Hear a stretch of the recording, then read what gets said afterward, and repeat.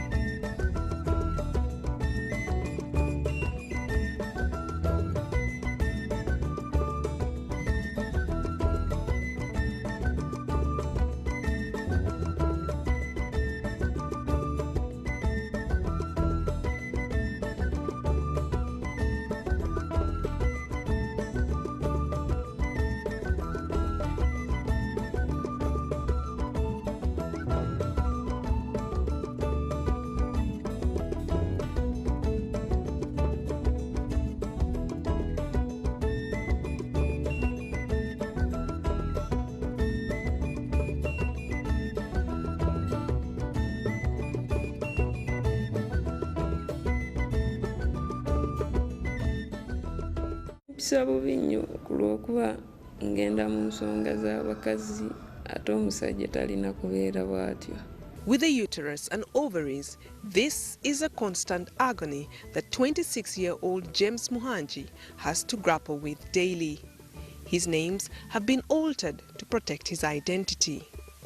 But he remains among the few people diagnosed by doctors as intersex or people with disorders of sex development who are willing to speak openly about it. Kale mu kusooka nga ndina n'amabeere, nalina n'amabeere, kati nga mbeeraawo nga buli kaseera mba neeraliikirira omusajja abeerawo atya ng'alina amabeere biki.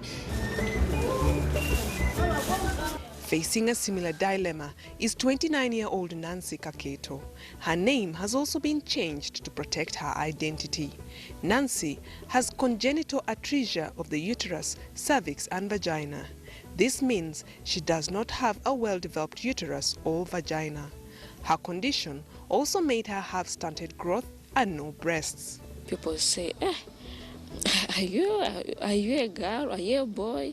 At this age, you don't have breasts, what?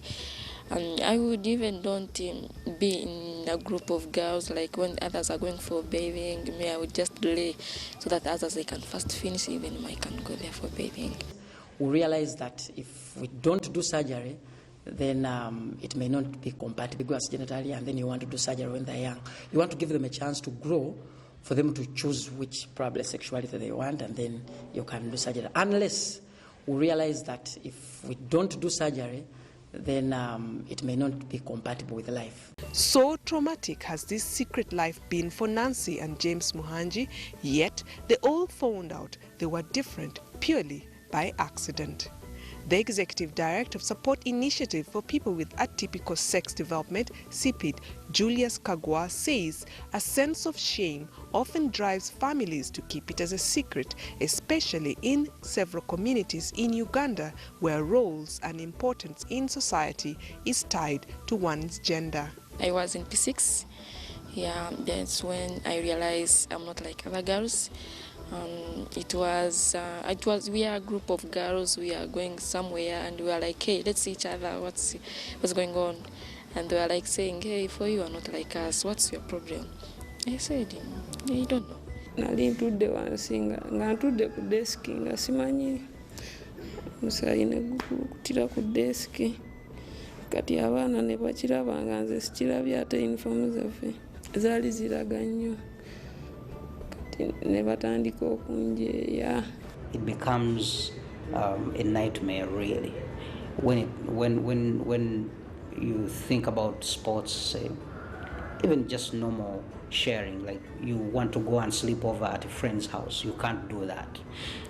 You have these communal bathing spaces. Maybe you are going out to the beach you want to take a shower. People are not free to actually do that because they don't want to see that maybe they don't have breasts, or if you're a boy, you don't want the other guys to see that you're actually developing breasts. So there are a lot of challenges and confusions in terms of the self for the individual. Nancy and many others like her are lucky to still be alive today, sometimes because of the stigma and the blame game among parents that play out. Because of a newborn with ambiguous genitalia, some women would rather have the child killed at birth or leave it to die from neglect. We have so many women who give birth at the hands of traditional birth attendants. Those kill the babies right there and then. They would rather take back home and steal a dead child because then nothing much goes on. They'll just check and they'll bury the child. Other times, parents in their desperation look for quick fixes. Against this backdrop of discrimination, people who are intersex could end up with a lot of self-hatred and suicidal tendencies.